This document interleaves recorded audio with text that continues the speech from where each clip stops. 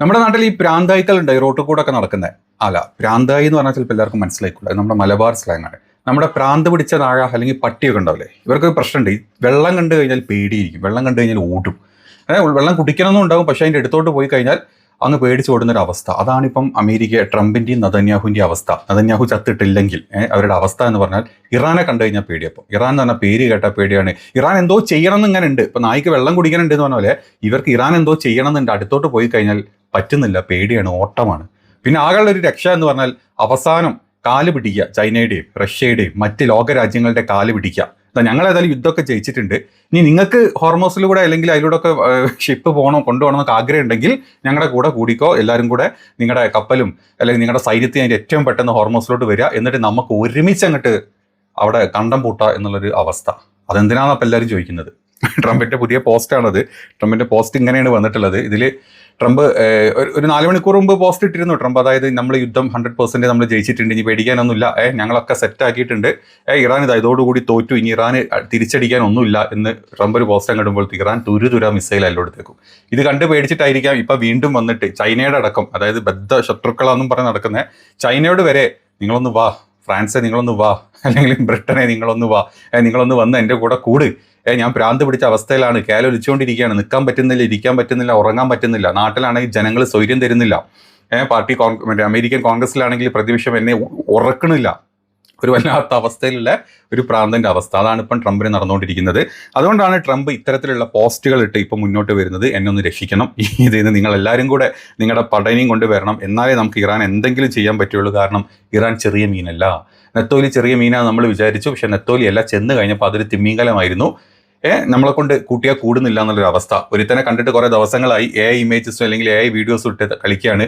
അതല്ലാണ്ട് അവനെ കൊണ്ട് ഒരു രക്ഷയില്ല. ഏറ്റവും ലേറ്റസ്റ്റ് ആയിട്ട് സ്വന്തം വൈഫ് വരെ, അതായത് നമ്മുടെ ചെകുത്താൻ്റെ വൈഫ് വരെ ഒന്ന് പോസ്റ്റ് ഇട്ടു, ദൈവത്തിനോട് സ്ട്രെങ്ത് തരണേ, ശക്തി തരണേ, ഞങ്ങൾക്ക് എല്ലാം നേരിടാനുള്ള എന്നുള്ള രീതിയിലുള്ള ഒരു പോസ്റ്റും കൂടെ ഇട്ടിട്ടുണ്ട്. ഇതും കൂടെ കണ്ടപ്പോൾ ആളുകളുടെ സംശയം വീണ്ടും കൂടിക്കൊണ്ടിരിക്കുകയാണ്. യഥാർത്ഥത്തിൽ ശരിക്കും ചത്തുപോയോ, അല്ലെങ്കിൽ അത് കോമയിലൊന്നും അല്ല, അല്ലെങ്കിൽ ഗുരുതരമായിട്ട് എന്തോ ഒരു പരിക്കിൽ കിടക്കുകയാണ്, അല്ലെങ്കിൽ ചത്തുപോയി എന്നുള്ളൊരു അവസ്ഥ.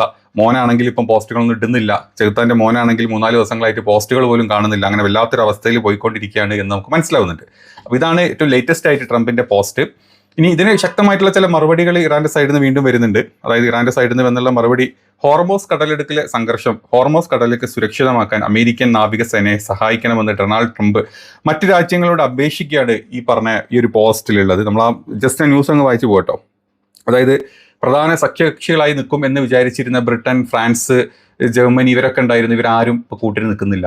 ബ്രിട്ടൻ ആദ്യം നിൽക്കാം എന്ന് പറഞ്ഞു. ആദ്യത്തെ ഒരു 3 ദിവസം ബ്രിട്ടൻ നോക്കി എന്താണ് അവസ്ഥ എന്നുള്ളത്. 3 ദിവസം കൊണ്ട് അടി നല്ല പോലെ കിട്ടിത്തുടങ്ങി ഇവന്മാർക്ക് എന്ന് കണ്ടപ്പം മെല്ലെ സ്റ്റാമർ അങ്ങോട്ട് പിൻവാങ്ങി. ഇല്ല, ഞങ്ങൾ ഈ പരിപാടിക്കില്ല എന്ന് പറഞ്ഞ് സ്റ്റാമർ അങ്ങ് പിൻവാങ്ങി. അതിനെതിരെ നമ്മുടെ ട്രംപ് തന്നെ പോസ്റ്റ് ഇട്ട്, നിങ്ങൾക്കും നിങ്ങളുടെ സൈന്യത്തിൻ്റെയും ഞങ്ങൾക്ക് ആവശ്യമൊന്നുമില്ല, ഞങ്ങൾ നോക്കിക്കോളാം എന്നും പറഞ്ഞ് അന്നൊരു പോസ്റ്റ് ഇട്ട് ഇപ്പോൾ ഒരാഴ്ചയും കൂടെ കഴിഞ്ഞപ്പം ആകെ മുഞ്ചിത്തെറ്റിയ അവസ്ഥയിലായതുകൊണ്ട് വീണ്ടും വിളിക്കുകയാണ് ഈ പറഞ്ഞ ആളുകളെ. ഇപ്പം പിന്നെ അത് മാത്രമല്ല, ഇവർക്ക് ഈ അന്താരാഷ്ട്ര എന്താ പറയുക, ഈ താരിഫ് എന്ന് പറഞ്ഞ പ്രശ്നം ഇന്നും നിലയും വന്ന് തുടങ്ങിയില്ല, അത് കുറച്ച് മുമ്പായിട്ടുണ്ട്. ഈ താരിഫ് ഇട്ടിട്ട് ഈ ലോകരാജ്യങ്ങളോട് മൊത്തം ഒരു വൃത്തികെട്ട അവസ്ഥയിലാണ് അമേരിക്ക മുന്നോട്ട് പോകുന്നത്. പ്രത്യേകിച്ച് യൂറോപ്യൻ യൂണിയൻ്റെ മേലെയും ഇവരെ മേലെയും ഒക്കെ താരിഫ് ഇട്ട് ഈ പറഞ്ഞ ഒരാൾക്കും ഇപ്പം ഇവരെ കൊണ്ട് അല്ലെങ്കിൽ ഇവനെ കൊണ്ട് വിധേയപ്പെട്ട് നിൽക്കുകയാണ് തൽക്കാലം ഈ താരിഫും കാര്യങ്ങളുള്ളതുകൊണ്ട്. അതല്ലെങ്കിൽ ഒരു രീതിയിലും അമേരിക്ക എന്ന് പറഞ്ഞ ലോക ഗുണ്ട, ലോക പോലീസ് എന്ന് പറഞ്ഞാൽ ഒരു അർത്ഥമില്ല, ലോക 3rd റേറ്റ് ഗുണ്ടകളോട് ഒരുമിച്ച് നിൽക്കാൻ താല്പര്യമില്ലാത്തൊരവസ്ഥയാണ്. പിന്നെ യുദ്ധത്തിന്റെ തുടക്കത്തിൽ ഇറാനെ പിടിച്ചു കഴിഞ്ഞാൽ നമുക്കും കുറച്ച് കാര്യം ഉണ്ടല്ലോ, ഇറാന്റെ എണ്ണയും കാര്യങ്ങളൊക്കെ ഉണ്ടെങ്കിൽ നമുക്കും കൂടെ കിട്ടല്ലോ എന്ന് വിചാരിച്ച് ഇവന്മാർ എല്ലാവരും കൂടെ ഒന്ന് താങ്ങി പിടിച്ചു. പക്ഷെ നടക്കുന്നില്ല. ഇറാൻ തിരിച്ചടിച്ചെന്ന് കണ്ടപ്പം ഫ്രാൻസും വലിഞ്ഞു, എന്താ പറയുക, UK വലിഞ്ഞു, ജർമ്മനി വലിഞ്ഞു. പിന്നെ സ്ട്രോങ് ആയിട്ട് ഡിസിഷൻ എടുത്തത് സ്പെയിനായിരുന്നു. ഒരുത്തരും ഇങ്ങോട്ട് വരണ്ട, ഞങ്ങൾ വിടാൻ പോകുന്നില്ല, തിരിച്ച് വിട്ടോളാൻ പറഞ്ഞത്. അതുപോലെ തന്നെ സ്വിറ്റ്സർലാൻഡും വ്യക്തമായിട്ട് പറഞ്ഞിരുന്നു, ഞങ്ങളുടെ ബേസുകൾ ഉപയോഗിച്ച് നിങ്ങൾക്ക് ഇറാൻ ആക്രമിക്കാൻ പറ്റില്ല എന്നുള്ളത്. ബാക്കിയുള്ള എല്ലാ രാജ്യങ്ങളും, ഇന്ത്യ അടക്കമുള്ള രാജ്യങ്ങൾ മുട്ടുകുത്തി ഷൂ നക്കിയിട്ടുള്ളൂ തുടക്കം മുതൽ. അവസാനം നമുക്ക് LPGൻ്റെ ഇഷ്യൂ വന്നു, നമ്മളെ കൊണ്ട് കൂട്ടിയാൽ കൂടില്ല എന്ന് കണ്ടപ്പം 2 ആഴ്ച കഴിഞ്ഞപ്പോൾ നമ്മൾ അങ്ങോട്ട് വിളിച്ച് അനുശോചനം അറിയിക്കുന്നു, നമ്മുടെ ബുദ്ധിമുട്ടുകൾ പറയുന്നു, കാല് പിടിക്കുന്നു, ഞങ്ങൾക്ക് എണ്ണ വേണം വിട്ടു തരണേന്ന് പറയുന്നു. ഇറാന് മനസാക്ഷി ഉള്ളത് കൊണ്ടും അല്ലെങ്കിൽ ഇറാന് ഇന്ത്യനെ ഒരു അല്ലെങ്കിൽ നല്ലൊരു സുഹൃത്തായിട്ട് മുമ്പേ കണ്ടതുകൊണ്ടും അവർ പറഞ്ഞു, ഓക്കെ, നമ്മളെപ്പോലെ അല്ലല്ലോ, നമുക്കല്ലേ ഈ മുസ്ലിം വിരോധവും ഈ ചെത്തിത്തരവും തെണ്ടിത്തരവും ഉള്ളിൽ വെച്ചുകൊണ്ട് ലോകരാജ്യങ്ങളുടെ മുമ്പിലോട്ട് പോകുന്നത്. അവർക്ക് അങ്ങനത്തെ പ്രശ്നങ്ങളൊന്നുമില്ല. നമുക്ക് അനുശോചനം വേണ്ട, ഞങ്ങൾക്കൊരു കുന്തും വേണ്ട, നിങ്ങളുടെ LPG നിങ്ങളുടെയൊക്കെ വിട്ടോ, ഞങ്ങൾ പ്രശ്നം ഉണ്ടാക്കുന്നില്ല എന്ന് പറഞ്ഞ ആ ഒരു സ്റ്റേൺ നയതന്ത്രം അല്ലെങ്കിൽ ആ ഒരു ഡിസിഷൻ അത് ഇറാന്റെ സൈഡിൽ നിന്ന് വന്നത്. അപ്പോൾ ഇത് തന്നെയാണ് ഇപ്പോൾ ലോകരാജ്യങ്ങൾക്ക് മൊത്തത്തിൽ പണി കിട്ടി നിൽക്കുന്നത്. വ്യക്തമായിട്ട് ഇന്നലെ അബ്ബാസ് അറാക്ചി വന്ന് പറയുകയും ചെയ്തു, അതായത് ഞങ്ങൾക്ക് ടാർഗറ്റ് ഒന്ന് മാത്രമേ ഉള്ളൂ, അമേരിക്ക, ഇസ്രായേൽ. ഇവരെ കണക്ട് ചെയ്ത കപ്പലുകൾ, അല്ലെങ്കിൽ ഇവരുമായിട്ട് ബന്ധം പുലർത്തുന്ന കപ്പലുകളിൽ ഇവരുമായിട്ട് ബിസിനസ് നടത്തുന്ന കപ്പലുകളും അതിലൂടെ പോയി കഴിഞ്ഞാൽ ഞങ്ങൾ ആക്രമിക്കും. അതല്ലാത്ത ഇന്ത്യ എന്നല്ല ഒരു രാജ്യങ്ങളും. ഈവൻ ഇന്ത്യക്ക് ഈ അപ്രൂവൽ കിട്ടുന്നതിൻ്റെ മുമ്പ് തന്നെ റഷ്യക്കും അതുപോലെ തന്നെ ചൈനക്കും ബംഗ്ലാദേശിന് വരെ കംപ്ലീറ്റ് ഓപ്പൺ അപ്രൂവൽ കൊടുത്ത രാജ്യമാണ് ഇറാൻ. അതിനുശേഷം നമ്മൾ അങ്ങോട്ട് കാല് പിടിച്ചപ്പം ഒക്കെ നമുക്കും കൂടെ കിട്ടി, കൂട്ടത്തിൽ ബാക്കിയുള്ള എല്ലാ രാജ്യങ്ങൾക്കും കിട്ടി. നമ്മൾ നയതന്ത്രം എന്നും പറഞ്ഞ് പൊക്കിപ്പിടിച്ച് സംഖ്യകൾ നടക്കുന്നതല്ല ഈ സ്ഥലങ്ങളിൽ നടക്കുന്നത്. കാരണം സംഖ്യകൾ കാണുന്നത് ഗോദി മീഡിയ ആയതുകൊണ്ട് ഇവന്മാർക്ക് ഗോദി മീഡിയൻ്റെ അപ്പുറത്ത് എന്താണെന്നുള്ള അറിയാത്തതാണ് ഇവന്മാരെ പ്രശ്നം. അപ്പം ഇതാണ് അവിടെ നടന്നിട്ടുള്ളത്. അല്ലെങ്കിൽ ഇന്നലെ വൈകിട്ട് ഇറാൻ്റെ ഒരു IRGCയുടെ ഒരു വക്താവ് വന്ന് വ്യക്തമായിട്ട് ചില കാര്യങ്ങൾ പറയുന്നുണ്ട്. ഈ സ്ഥലത്തെ, അതായത് ഇവിടുത്തെ ഡ്രോണുകൾ കഴിഞ്ഞ ഒരു ദിവസം കൊണ്ട് ഞങ്ങൾ ഏകദേശം 10-30 US ഡ്രോണുകൾ ഞങ്ങൾ വെടിവെച്ചിട്ടുണ്ട്. ഈ ഓർബിറ്റർ 4 എന്ന് പറഞ്ഞിട്ടുള്ള ഡ്രോണുകളും ആൻറ്റി മെഷ് എന്ന് പറഞ്ഞ ഡ്രോണുകളൊക്കെ ഞങ്ങൾ തരിപ്പണമാക്കി കഴിഞ്ഞിട്ടുണ്ട്. ഏകദേശം 114ഓളം ഡ്രോണുകളാണ് ഞങ്ങൾ ഇതുവരെ വെടിവെച്ചിട്ടത്. അതായത് അമേരിക്കയുടെയും ഇസ്രായേലിൻ്റെയും സ്ട്രോങ്ങസ്റ്റ് ആയിട്ടുള്ള ഇത്തരം ഡ്രോണുകളൊക്കെ ഞങ്ങൾ ഓൾറെഡി വെടിവെച്ച് ഇട്ടിട്ടുണ്ട്. ഇനി ഓപ്പറേഷൻ ട്രൂ പ്രോമിസിൻ്റെ 4ൻ്റെ ഭാഗമായിട്ട് 47ാം ഘട്ടത്തിൽ ഞങ്ങൾ വിട്ടത്, അതായത് നെഖേവ് മരുഭൂമി ഇസ്രായേലിലെ ബീർ ഷെവ അതുപോലെ നെവാറ്റിം എന്നിവിടങ്ങളിൽ ലക്ഷക്കണക്കിന് ആളുകളെ വാർപ്പിടം ഞങ്ങൾ ഇല്ലാണ്ടാക്കിയിട്ടുണ്ട് അവിടെ ജീവിക്കുന്നത്. അത് മാത്രമല്ല അൽ തൻഫിയ എന്ന് പറഞ്ഞിട്ടുള്ള അമേരിക്കൻ സേനാ താവളത്തിന് നേരെ ആക്രമണം ഞങ്ങൾ നടത്തിയിട്ടുണ്ട്.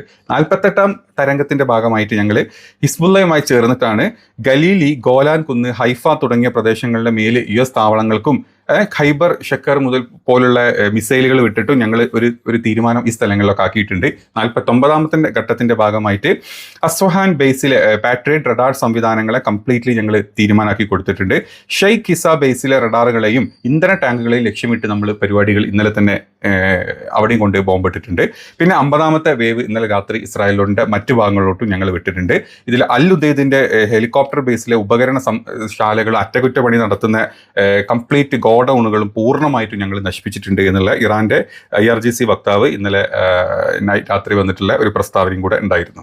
ഇതാണ് അമേരിക്ക എവിടെ പോയിട്ട് ഗാർഗിൽ പോയിട്ട് ബോംബിട്ട സമയത്ത് ഇറാൻ തിരിച്ചു ചെയ്തിട്ടുള്ളത്. ഒരു സെക്ടല്ല, അങ്ങനെ 3, 4, 5 സെറ്റുകളായിട്ടുള്ള ഫോമുകളിൽ അങ്ങോട്ട് വിട്ടിട്ട് പരിപാടി തീർത്തിട്ടുണ്ട്. ഇതാണ് അവിടെ പിന്നെ നടന്നിട്ടുള്ള ഒരു കാര്യം. ഇന്ന് രാവിലെ IRGCയുടെ മറ്റ് ചില വിശദീകരണങ്ങൾ വരുന്നുണ്ട്, അതും കൂടെ നമുക്ക് നോക്കാം. അതായത് അമേരിക്കൻ കപ്പലുകൾക്ക് പേർഷ്യൻ ഗൾഫിലേക്ക് പ്രവേശനമില്ല, അത് പ്രഖ്യാപിച്ചു കഴിഞ്ഞിട്ടുണ്ട്. അമേരിക്കയുടെ സാന്നിധ്യമാണ് കഴിഞ്ഞ 50 വർഷമായിട്ട് മേഖലയിലെ അസ്ഥിരതയ്ക്ക് മൊത്തത്തിൽ കാരണം. അമേരിക്ക പിന്മാറാതെ സുരക്ഷ ഉറപ്പാക്കാൻ കഴിയുമെന്ന് ഇറാൻ വിചാരിക്കുന്നില്ല, അല്ലെങ്കിൽ ഞങ്ങളായിട്ട് പിന്മാറുന്നില്ല. അമേരിക്ക പിന്മാറിക്കഴിഞ്ഞാൽ അത് അവർക്ക് നന്ന് എന്നാണ് ഇറാൻ്റെ വക്താവ് വ്യക്തമായിട്ട് പറഞ്ഞിട്ടുള്ളത്. ഇതിൽ ട്രംപിൻ്റെ നിലപാടാണ് നമ്മൾ തുടക്കത്തിൽ കണ്ടത്. മറ്റു രാജ്യങ്ങളെ വിളിക്കുകയല്ല, ഞങ്ങളെ കൊണ്ട് ഒറ്റക്ക് കൂടുന്നില്ല എന്ന് ട്രംപിൻ്റെ സൈഡിൽ നിന്നുള്ള വ്യക്തമായിട്ടുള്ള ചൈന ഉൾപ്പെടെ രാജ്യങ്ങളെ ട്രംപ് കാല് പിടിച്ച് തിരിച്ച് വിളിക്കുന്നുണ്ട്. ഇങ്ങനെ പോയി കഴിഞ്ഞാൽ വേറെ കാര്യം കൂടെ നമ്മൾ ചിന്തിക്കണം. അതായത് അമേരിക്കയുടെ റിസർവ് ഓയിൽ അമേരിക്കയുടെ കയ്യിലുണ്ട്, അത് വെച്ചിട്ടേ അവർക്ക് ഓടാൻ പറ്റുള്ളൂ. അത് തീരുന്നവരെ ഈ ഓട്ടം നടക്കുകയുള്ളൂ. അതായത് അമേരിക്കയുടെ റിസർവ് എണ്ണ എന്ന് പറഞ്ഞാൽ ഏകദേശം എണ്ണ വില ഇപ്പോൾ $100 മേലെ, അതായത് ബാരലിന് $100 മേലെ പോയി കഴിഞ്ഞിട്ടുണ്ട്. അമേരിക്ക തങ്ങളുടെ ശേഖരത്തിലുള്ള 170 ദശലക്ഷം ബാരൽ എണ്ണ പുറത്തുവിട്ടിട്ടുണ്ട്. ഇത് വെച്ചിട്ടാണ് ഇപ്പം അവർ മാനേജ് ചെയ്യുന്നത് ഈ പ്രൈസിങ്. ഇത് തീർന്ന്, അല്ലെങ്കിൽ ഇതിൻ്റെ ഒരു എടുപ്പ് തീർന്നു കഴിഞ്ഞാൽ ഈ പറഞ്ഞ വില കുത്തനെ മേലോട്ട് ഉയരും. അപ്പോൾ അതോട് തീരും. അമേരിക്ക പിടിച്ചു വെച്ചിട്ടില്ലെങ്കിൽ മറ്റ് ആളുകളെ തൽക്കാലം പിടിച്ചു വെച്ചിട്ടില്ല, അതൊക്കെ തീരാൻ ഈ ഒരു സംഭവം തീർന്നു കഴിഞ്ഞാൽ, ഈ ഒരു കരുതൽ എണ്ണ തീർന്നു കഴിഞ്ഞാൽ അതോടുകൂടി കംപ്ലീറ്റ് ലോകം തന്നെ സ്തംഭിക്കുന്ന ഒരു അവസ്ഥയിലോട്ടാണ് ഈ യുദ്ധം പോകുന്നത്. അത് ഇറാൻ്റെ സൈഡിൽ നിന്ന് അവർ വ്യക്തമാക്കിയിട്ടുണ്ട്. ഇറാൻ്റെ സൈഡിൽ നിന്നല്ല, അത് പുറത്തുനിന്ന് കാണാൻ നമുക്കും ഈ കാര്യങ്ങൾ കണ്ടു കഴിഞ്ഞാൽ വ്യക്തമായിട്ട് മനസ്സിലാവും. ഇനി ഹോർമോസ് കടലിടുക്കിൽ ഇറാൻ വിന്യസിച്ചിട്ടുള്ള മറ്റ് കാര്യങ്ങൾ നമുക്കറിയാം. ഡ്രോണുകളും മിസൈലുകളും അവിടെ ഓൾറെഡി സജ്ജമാണ്. എപ്പം പോയി കഴിഞ്ഞാൽ അടിക്കാൻ പാകത്തിൽ അവന്മാർ നിൽക്കുന്നുണ്ട്. അത് മാത്രമല്ല ആൻറ്റി ഷിപ്പ് മിസൈലുകളുണ്ട്. അതുപോലെ തന്നെ കപ്പലിൽ നമുക്കറിയാം അവിടെ മൊത്തം മൈൻ വിതറിയിട്ടുണ്ട്. പക്ഷേ ഈ മൈൻ എവിടെയുള്ളത് അതിൻ്റെ കംപ്ലീറ്റ് കൺട്രോൾ ഇറാൻ്റെ കയ്യിലുണ്ട്. ഇറാൻ അറിയാം എവിടെ, അല്ലെങ്കിൽ വെറുതെ കണ്ണടച്ച് മൈൻ അങ്ങോട്ട് കൊണ്ടിട്ടില്ല കടൽ മൊത്തം. ഇറാൻ വ്യക്തമായിട്ട് അറിയാം എവിടെയൊക്കെയാണ് ഇത് പാകിയിട്ടുള്ളത്, എവിടെയൊക്കെ ഇവരുടെ കൺട്രോൾ ഉണ്ടെന്നുള്ളത് വ്യക്തമായിട്ട് അറിയാം. ഇത് അമേരിക്കൻ നാവികസേനയ്ക്ക്, അല്ലെങ്കിൽ ഇപ്പം അമേരിക്കൻ കപ്പലുകൾക്ക് ഏറ്റവും വെല്ലുവിളിയായിട്ടുള്ളൊരു കാര്യം ഇത് തന്നെയാണ്. അതുകൊണ്ടൊക്കെ തന്നെയാണ് മറ്റ് രാജ്യങ്ങളെ സഹായത്തിന് വിളിച്ചിട്ട് നമുക്ക് ഒരുമിച്ച് യുദ്ധം ചെയ്യാം എന്നുള്ള അമേരിക്കയുടെ ചിന്ത ഇക്കാര്യത്തിൽ. ഇനി അമേരിക്കൻ മാധ്യമങ്ങൾക്കും ട്രംപിൻ്റെ ഒരു താക്കീതുണ്ട്. താക്കീതല്ല, അമേരിക്കൻ ബ്രോഡ്കാസ്റ്റ് ഏജൻസിയുടെ സൈഡിൽ നിന്ന് വന്നിട്ടുണ്ട്. അതായത് അമേരിക്കൻ മാധ്യമങ്ങൾ തന്നെ യുദ്ധം കറക്റ്റായിട്ടല്ല ചെയ്യുന്നത്. അതായത് സത്യം പറയുന്ന സമയത്തെ അമേരിക്ക തോറ്റു നിൽക്കുകയാണ്, അല്ലെങ്കിൽ ട്രംപ് മുമ്പിൽ നിൽക്കുകയാണ് എന്ന് പറയാൻ ഉള്ളൊരു ബുദ്ധിമുട്ട്, അല്ലെങ്കിൽ അതൊരു ബുദ്ധിമുട്ടില്ലാണ്ട് അമേരിക്കൻ മാധ്യമങ്ങൾ പച്ചക്ക് പറയുന്നുണ്ട്. അതുകൊണ്ട് തന്നെ ഇത്തരം മാധ്യമങ്ങളെ ഞങ്ങൾ ബാൻ ചെയ്യും, അല്ലെങ്കിൽ അവരെ ബ്രോഡ്കാസ്റ്റിംഗ് ലൈസൻസ് ഞങ്ങൾ ബാൻ ചെയ്യും എന്ന് പേടിപ്പിച്ചുകൊണ്ട് അമേരിക്കൻ പ്രസിഡന്റ് സൈഡിൽ നിന്ന് ഒരു പോസ്റ്റും കൂടെ വന്നിട്ടുണ്ട്. അതിനെ ഏറ്റുപിടിച്ചുകൊണ്ട് അമേരിക്കയിലെ ട്രംപ് അനുകൂല എന്താ പറയുക അവിടെ, അല്ലെങ്കിൽ അവിടുത്തെ ഡിപ്പാർട്ട്മെന്റ്, ബ്രോഡ്കാസ്റ്റിംഗ് ഡിപ്പാർട്ട്മെന്റ് അത് വ്യക്തമായിട്ടുള്ള താക്കീത് ഈ പറഞ്ഞ എല്ലാ മാധ്യമങ്ങളും കൊടുത്തിട്ടുണ്ട്. നിങ്ങൾ സത്യങ്ങൾ വിളിച്ചു പറയരുത്, ട്രംപിന് വേണ്ടിയിട്ട് ട്രംപിന് വിധേയപ്പെട്ടുള്ള കള്ളങ്ങളെ നിങ്ങൾ വിളിച്ചു പറയാവൂ, നമ്മുടെ ഗോദി മീഡിയ പോലെ വിളിച്ചു പറയാവൂ എന്നുള്ള ഒരു എന്താ പറയുക ഒരു താക്കീതും കൂടെ, അല്ലെങ്കിൽ അതിനുള്ളൊരു വാർണിംഗും കൂടെ ട്രംപിന്റെ സൈഡിൽ നിന്ന് വന്നിട്ടുണ്ട്. ഇതോടുകൂടി നമുക്ക് മനസ്സിലാവും ട്രംപിന്റെ അവസ്ഥ എന്താണെന്നുള്ളത്. പക്ഷേ നമ്മൾ മറക്കാതിരിക്കേണ്ട ഒരു കാര്യങ്ങളുണ്ട്. ഇതേ സമയത്ത് ഇറാനിൽ ഈ പറഞ്ഞ 2 രാജ്യങ്ങളും കൂടെ ഒരുപാട് മിസൈലുകളും കാര്യങ്ങളും വിട്ട് ഇറാന്റെ ഒരു ഭാഗം നശിപ്പിച്ചുകൊണ്ടിരിക്കുന്നുണ്ട്. അതും ഇതിന്റെ ഒരു ഭാഗമാണ്. അപ്പം ഇങ്ങനത്തെ കുറേ കാര്യങ്ങളാണ് ഇപ്പം ഇന്നലെ ഈ യുദ്ധത്തിന്റെ അപ്ഡേറ്റ് ആയിട്ട് പറയാനുള്ളത്. നോക്കാം ഇനി വേറെ ഏതൊക്കെ രീതിയിലോട്ടാണ് ഭ്രാന്ത് പിടിച്ച ഈ പട്ടികൾ ഓടി നടന്ന് എന്തൊക്കെ കാണിക്കും, എന്തൊക്കെ ചെയ്യുമെന്ന് നോക്കാം നമുക്ക്. അപ്പോൾ എന്തെങ്കിലും ഉണ്ടെങ്കിലൊക്കെ കമൻറ്റ് ചെയ്യുക, മാക്സിമം സപ്പോർട്ടും ഷെയറും ഒക്കെ ചെയ്യുക.